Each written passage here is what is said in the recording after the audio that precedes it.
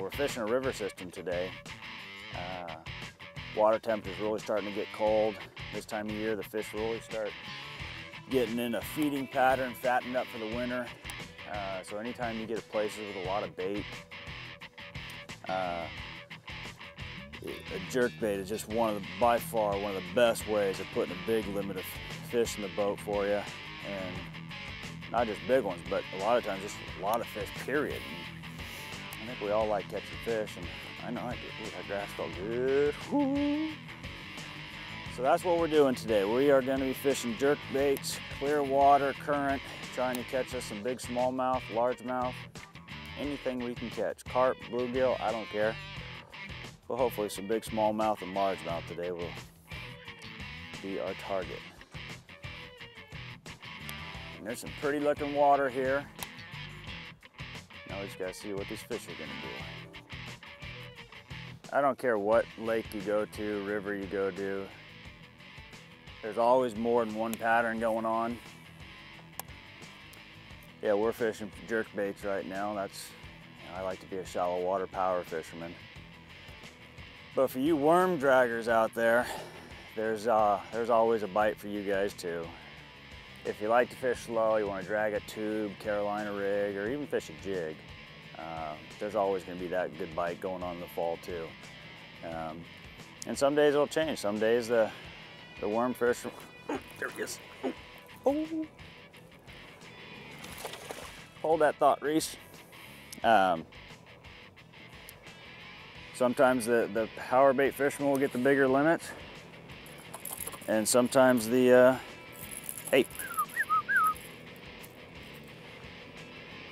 and sometimes the worm fishermen will get them. But all right, now we're getting a little bit bigger. He's not big, but we're getting bigger fish by fish. So thank you, buddy. When fishing a jerk bait, you want to definitely change your retrieve up until you find out the right bite. And a lot of people fish jerk baits a certain way, but there's a lot of different ways and retrieves you can do. But typically I'll start out fishing just a real fast, erratic pattern like so. Just making that bait just real fast, dart side to side, not giving a lot of pause, trying to make the bait really chase, or make the fish really chase the bait. Just jerk, jerk, jerk, jerk, jerk, jerk, jerk. And when the fish are real aggressive, chasing a lot of bait, that works fine. You can cover a lot more water in a short amount of time. But when the fish are less aggressive, whether it's after a cold front, water might be, cold, post front, anything might cause the fish to really slow down. A lot of times you can slow that bait down, and I'll go jerk, jerk, and just give it a long pause. I mean, it might be 2 seconds, it might be 30 seconds. Let that bait pause and jerk, jerk, jerk, pause. It doesn't matter what kind of river or lake system you go to, there's always going to be either man-made currents or natural currents. But current really is a key factor in finding feeding active fish. On lakes that they pull water through the dams, when they start pulling that water, current starts coming through, it starts moving and positioning the bait fish, which in turn positions the bass. So current a lot of times is a key factor and a huge asset to catching a lot of fish. Just make sure you look for ambush points for these fish to relate to some type of cover that makes sense for the current coming by it. Those are going to be your key spots to look at for catching current fish. When it comes to wind is probably one of the biggest determining factors in how a bass is going to feed that day. Probably where it comes into most play is when you're fishing clear water situations, meaning say 3-foot to 20-foot visibility type of reservoirs or river systems. Just for the fact that the wind is going to push bait into a pocket if you have it. It also breaks up light penetration, so the fish don't feel as spooky. They'll actually come up shallower. Where if you have no wind whatsoever, it's just slick, calm, light penetration goes deep. Fish are going to push down deep. So use wind to your advantage.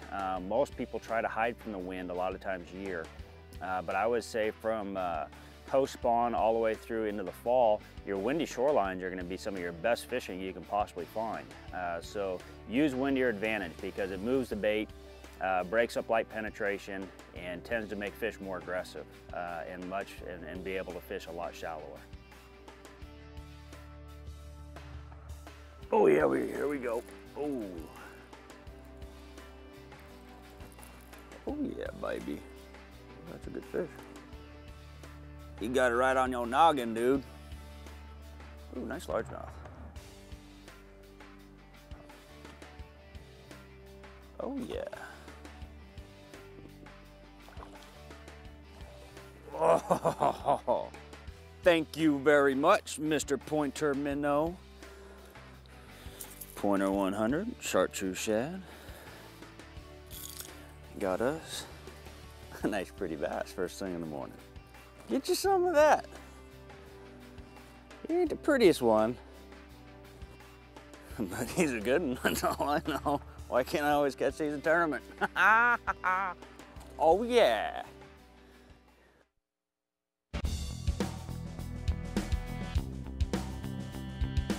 A lot of times when I'm fishing a jerkbait, I like to fish on a fiberglass rod like I got here.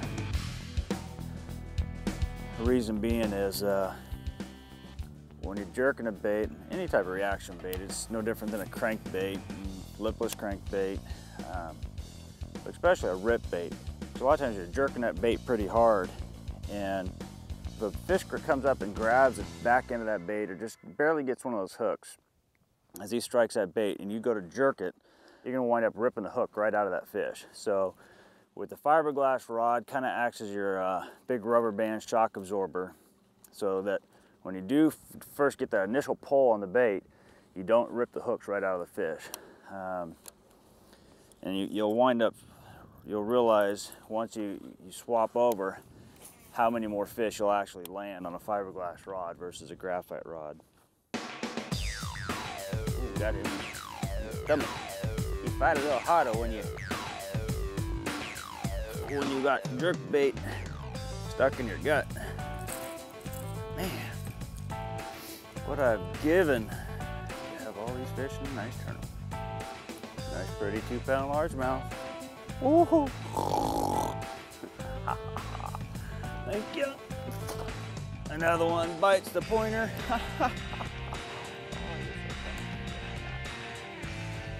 Oh yeah. Seems so easy.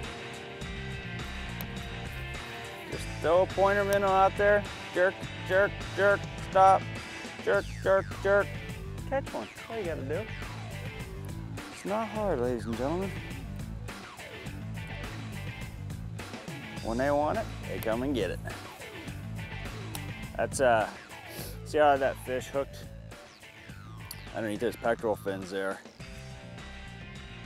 A lot of times when you're throwing a jerk bait, you will foul hook a lot of fish. The reason is because they come up to get that bait, and all of a sudden you jerk and it turns the opposite direction, and they gotta, whether they gotta calculate the turn or whatever, but you wind up hooking a lot of fish in the back of the head, side of the head, underneath. And that's another reason, for wanting to use a softer action rod. Because a lot of times, if you wind up hooking a fish in the outside of the mouth on the other part of the body, stiffer rod, you're gonna rip those hooks out and miss a lot of those fish. So softer rod definitely helps you put more of those fish in the boat.